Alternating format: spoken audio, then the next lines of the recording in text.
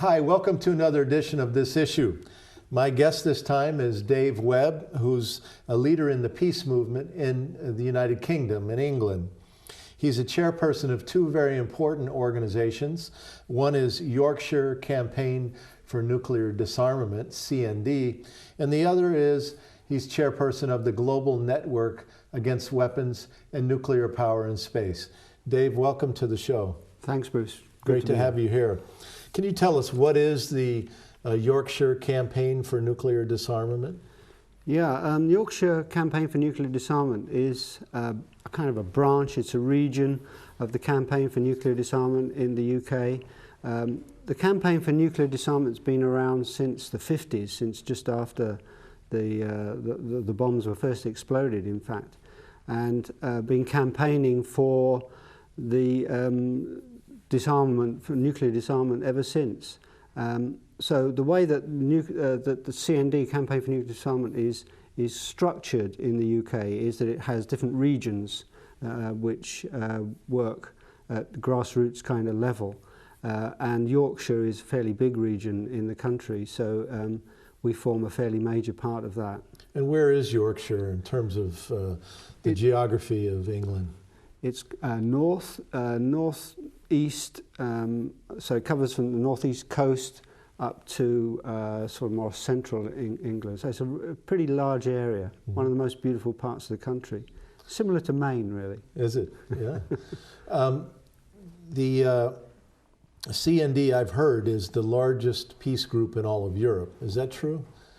Membership-wise? I wouldn't like to sell a fib. I don't know, to be honest, but it's certainly big, yeah. I mean, we have a big membership, and it's growing now as well because of the current things that are going on. So we've had in the past, we've reached really high membership levels at the time when we had cruise missiles in the country, and we were trying to get rid of those. Levels were very high membership. Then it kind of dropped down a bit at the end of the Cold War. People thought there's no problem with nuclear weapons anymore. They don't exist, even I think people thought. So it kind of dropped a bit.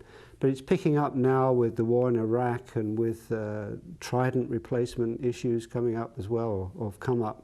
Trident nuclear missile? Yeah, the Trident submarines that the UK has just, or the UK government anyway, has decided it will replace with a new set of nuclear weapons. There was a huge dissent on that in the public in the UK. And in fact, for the first time ever, there was a vote in Parliament as to whether the nuclear deterrent should be continued or at least renewed. That's never happened before. It's always been done in secret. So this time, the Labour government, to give them one kind of plus point, I guess, decided that they would have it debated in the House. But of course, they knew that they would actually win anyway. But we did persuade some 90 odd, or at least they were, we didn't necessarily persuade them, we persuaded some, but some were already persuaded that they should vote against this. And there were many more that would have voted against if they allowed their conscience to control their actions. But there are other reasons why they don't do that. You're also the chair, I said, of the Global Network Against Weapons and Nuclear Power in Space, actually the organization that I work for. You're my boss, essentially. And so it's great to have you here in Maine. But tell us about the Global Network. Well, the Global Network, I think, is a wonderful, but I think it's a wonderful network. I mean, it works, it's a global network, it works globally. We have organizations, I think there's around 130 affiliated organizations throughout the world. This covers places like Australia, India, Europe, America, so a whole range of different types of groups as well. And I think it started around 1992. It was before I joined. We didn't get to hear about it in the UK for a few years later. But I think it came together as, I think you were one of the major people, of course, involved, from Florida. And then there was a group from Colorado Springs and from New York. And I think these three groups got together and decided that the world should know about space weaponization and space militarization. Colorado Springs was the home of the U.S. Space Command, and that's why they were involved in that early founding. Right. But your C&D chapter in Yorkshire is one of our most active affiliates today in the whole world. And well, we have two bases in Yorkshire, two US bases. Although they're called RAF bases, they're basically for the US, which are central to space warfare, basically. What kind of bases are they? Well, there's one which is a radar base at Fylingdales on the North Yorkshire moors. They always put these bases in really beautiful parts of the country. The moors, that's a national park, right? That's right. So the U.S. has a big space radar base in the middle of your national park. It does, yeah. And people aren't too happy about that? No, not really. No, the parks people aren't too happy about that. But because it's been taken over as part of the Ministry of Defence, it's Ministry of Defence land, which they've kind of procured, I suppose, really, stolen from the people, I would suggest. They can do what they like with it, basically, in the interests of national security. And what is this base? What's its role then? Well, it started back in the 60s and 70s when there was the height of the Cold War. Really, there were worries from the US that the Soviet Union would fire missiles across to them, across the poles, basically, across the North Pole, and so a radar screen was set up. Which stretched from the UK. There's also another one in Greenland and one in Alaska. So these huge radar systems then gave this kind of curtain of coverage to try and give a warning of missile attack. But today these radar installations are being upgraded for participation in space warfare, correct? That's right, yeah. Some years ago now it was decided that, or at least the UK government allowed the US to upgrade them for a more active role. We recognised at the time, I think, and people like yourself and other groups in the US told us that it was being prepared for Star Wars, basically. So rather than just giving an early warning of satellites coming, not satellites, of missiles coming from the Soviet Union, the system would be upgraded so it could be used for targeting, for actually participating in the war. So no longer was the warning just the thing, but it was actually being directly involved in space warfare. So it moved essentially from a defensive role to now more of an offensive role. Right, yeah, that's right. And people are always being concerned that these kind of installations in their country or in their areas would make them targets. And so even more so now that it's becoming an active warfare. And then you have a second facility, that's one base, Fylingdales, radar facility. And then there's another one in Menwith Hill, and they have these big white golf ball looking things. Right. And a huge number of them. And the countryside is very beautiful, rolling hills and sheep grazing, and there in the middle of it is this facility. And what is its role? Well, again, that started off towards, just after the end of the Second World War. It was a US Army wireless station, radio station, and it kind of gradually grew. And when the satellite communications became important back in the 70s, it kind of just took off, because they had satellite receiver dishes, and these golf balls that you mentioned, inside those they're just satellite receiving dishes. And there are now around 30 of these things in different sizes. And they're used basically to eavesdrop, to pick up. Eavesdrop? Yeah, it's a spy station. It's a huge spy station. And who the U.S. is spying on who? Just about everybody, including its own citizens, of course. And so they use these to intercept phone, fax, emails? Yeah, anything that any message that's being sent electronically can be picked up by these, by one or other of these kind of mechanisms. So this is part of that whole NSA, National Security Administration, that's the one, electronic spying program? Yeah, yeah. There was a big, it was discovered some time ago that not just military purposes that this is being used for, but also commercial purposes, so that it's giving unfair advantage basically to many big corporations in the US. So the US is using this to spy on European corporations to give American corporations advantage. 60 Minutes did a big story about that. Right, actually, okay, yep. a couple years ago. Yeah. And so there's frequent protests then at these two bases in your area by the peace movement that you're affiliated with. And what are the citizens in your community saying about these bases?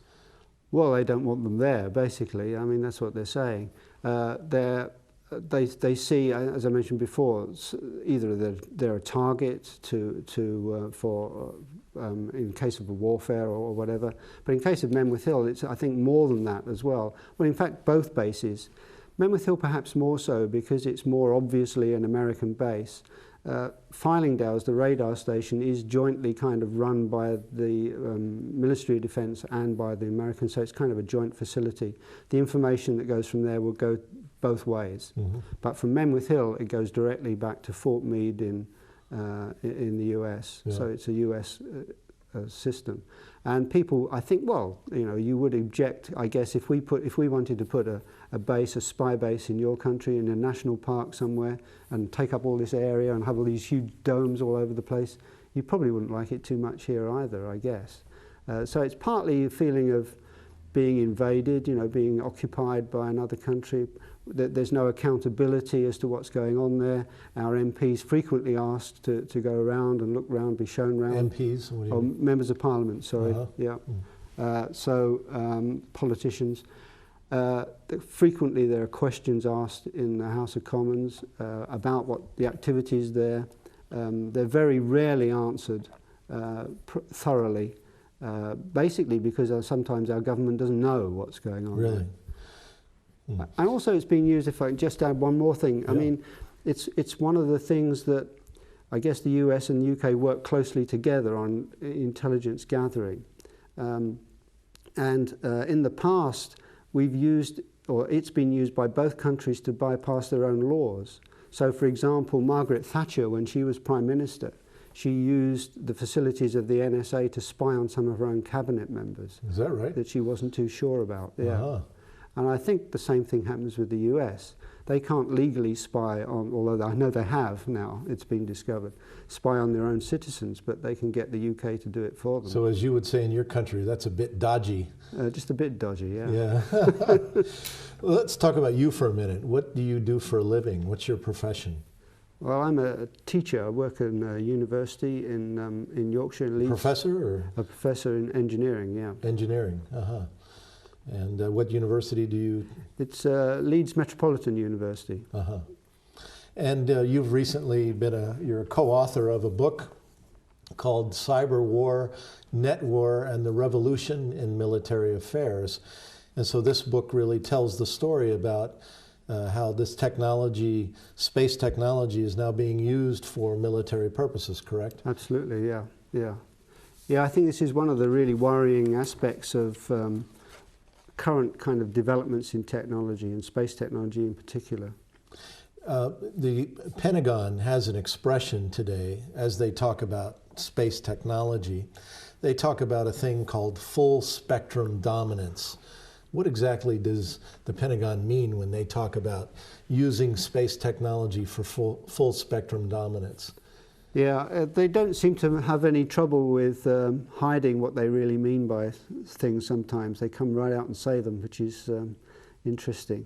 But I think what they mean by this, and as the term implies, it means being able to fight war in every possibility, every possible kind of mechanism. So from air, from space, from land, from sea, all of these things integrated together in one big, huge war-fighting kind of machine.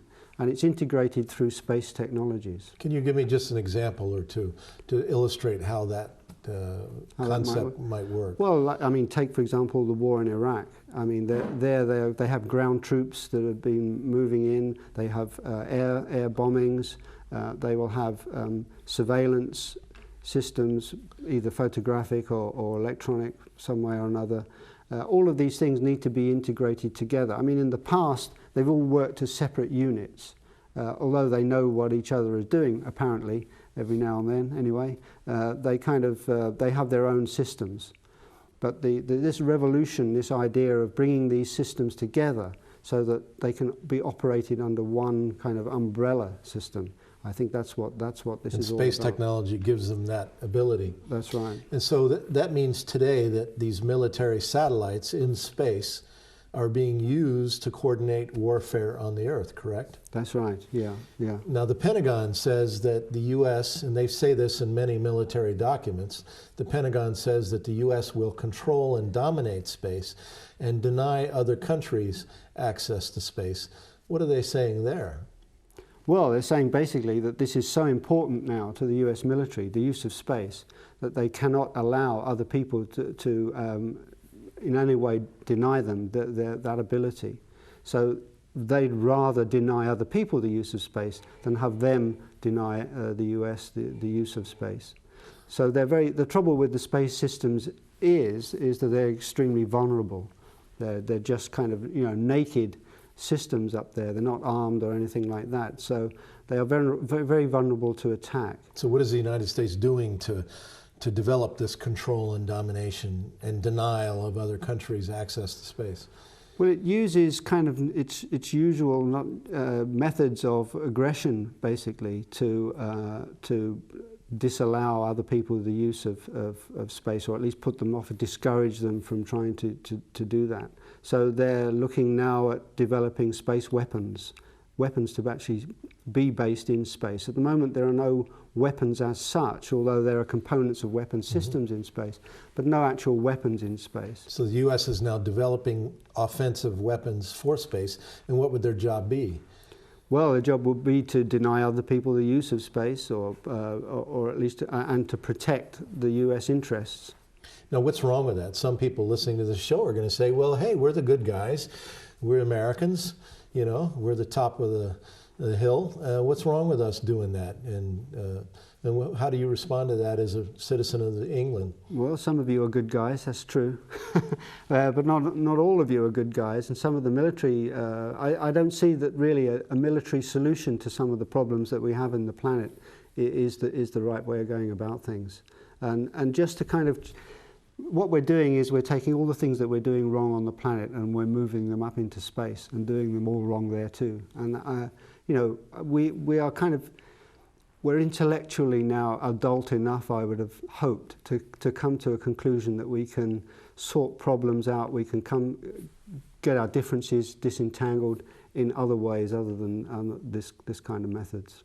Let me ask you if we could localize this for a moment. In the town of Bath, the Aegis destroyer is built at Bath Iron Works for the Navy. What is the role of Aegis in all of this space technology? Is there any connection there, or is that totally separate? No, it's all connected. I mean, there's so much that's connected now together. I think the Aegis system is a missile defense system, which is basically being sold in the Asian area, to Japan, to Australia, to Korea, South Korea. And basically, I guess it's a way of, part of the strategy of the US military at the moment to surround China, really. It sees China as a huge threat. And so what would Aegis's role be in that whole, and how does it fit into space technology? How is space technology used with Aegis? Well, the space technology is used to guide the missile systems.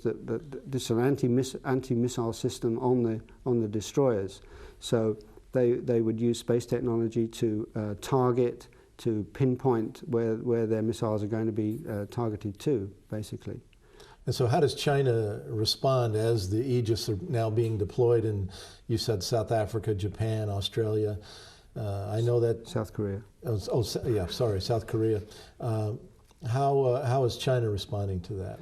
Well, I mean, this is one thing, isn't it? Once you start making aggressive moves to somebody, they're more likely to move in an aggressive way back. So, I mean, China, we just saw a few months ago now that China demonstrated a space weapon. It actually showed that it could knock out a satellite. And this is the kind of response that we're getting now. I think China and Russia and a number of other countries throughout the world have tried to get talks now going in the UN to try and prevent this weaponization of space. And And even if you don't trust the Chinese or the Russians, then there are many other countries that are involved in these kind of things too. They're trying to do it by diplomatic means to try and say, oh, look, let's stop this before it starts. Let's not get onto this kind of trail. But all the time, every time that this comes up in the UN, it's kind of blocked basically by the US, who are not interested in discussing the prevention of an arms race in outer space, because they say there isn't one. There is no arms race in outer space. What are you talking about? We don't need to worry about it, don't need to talk about it. And why do you think the United States takes that position? Because it's so far advanced from everybody else, it doesn't need to talk to anybody else. So that's the way it thinks at the moment. We're so far in control, why should we talk to all these other guys? Is it the Republicans that are pushing this Star Wars program? I know that it first became popular during the Reagan years, and then a lot of people think that after Reagan left office, it went away. So is it, and now under Bush, is it really just the Republicans that have been pushing this? No, I'm afraid not. The Democrats have also funded missile defense and space technologies for warfare all through their terms, all through Clinton's term. Yeah, he was funding Star Wars to the tune of something like $7 billion a year. That was just missile defense. And then there's all the other kind of stuff too. So it's been going on. I mean, they didn't make a big song and dance about it. It didn't kind of hit the headlines, but it was still going on. So are you saying then that missile defense maybe isn't really about defense?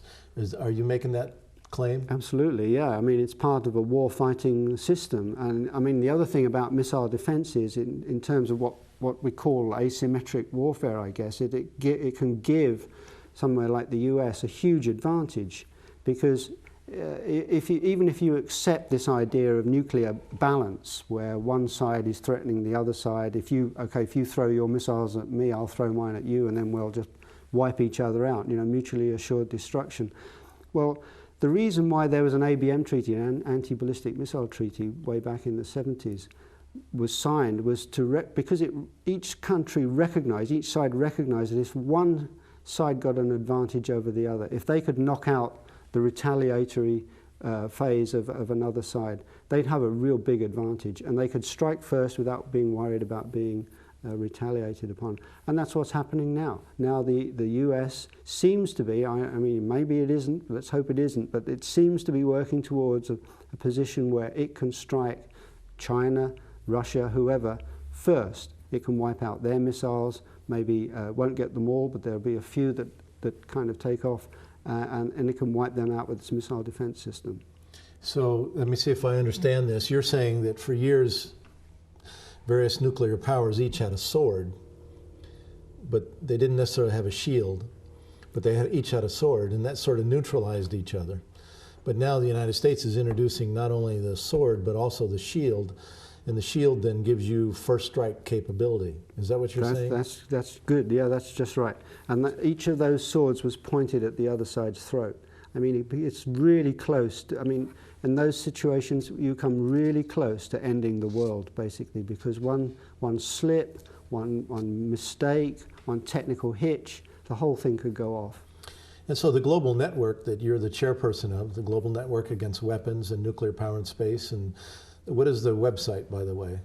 The website, I'm glad you mentioned that, www.space4peace.org. Space4peace.org.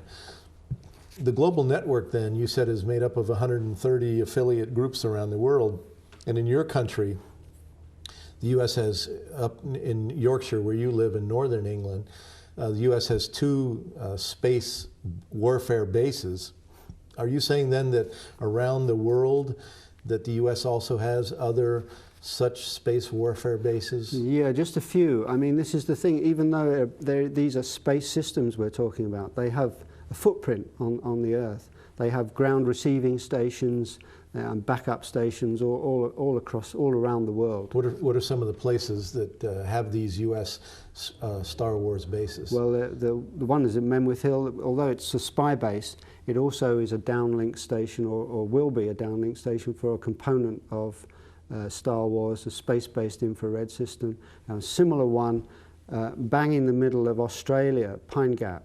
Pine Gap is also a surveillance place, like Menwith Hill, a bit smaller, but same kind of thing, a spy base run by the NSA. that's also going to be a downlink station for the space-based infrared system too. And there are others scattered around all over. And this is where then some of the membership of this global network that you and I are involved with have risen up because they don't want their communities to be a part of the Star Wars program. That's right. Yeah, in fact, just a few months ago we were in Germany, in Darmstadt, where there's a base there. We saw there were 4 golf balls at this particular place. And again, it's a spy base. It was originally in Bad Aibling in Germany. That was closed down and moved to Darmstadt. And there's an interesting story there too, because I think when I mentioned to you earlier about how it was discovered, the Europeans discovered that the US was spying on their commercial kind of activities to give them an advantage. This really hit the headlines in Europe. People were really annoyed about this. I mean, it amazes me that they get more annoyed about commercial kind of activities and things than about some of these military things which threaten the planet. But anyway, they got really cross. And the Germans, I think, actually told the Americans to get their spy base out of their country, basically. But they didn't. Well, they were closing it down. Bad Aibling was being closed down, and they were going to move out. And they were going to move to Menwith Hill. Thank you very much. But actually what happened was 9/11. And under the pretext of war against terror and all this kind of stuff, they were able to keep the spy base in Germany open and move to Darmstadt. Let's talk for a minute, we only have a few minutes left, about the peace movement in England and the Iraq War. What is the peace movement in England doing right now about the Iraq War? And what do the British people feel about the US and English occupation of Iraq? Well, I think it's very similar to here now. I mean, there's a huge dissent against the war. People have never really just before the war started, in fact, before the war came about, there were millions of people marched in London. I think biggest peace march we've had perhaps even ever, I don't know. Huge number of people marched to try and prevent the war from happening. Now it didn't prevent the war, it didn't prevent our participation in it. But I think what it did do was it shocked the Labour government, it shocked Tony Blair into realising that he can't just keep doing this kind of thing.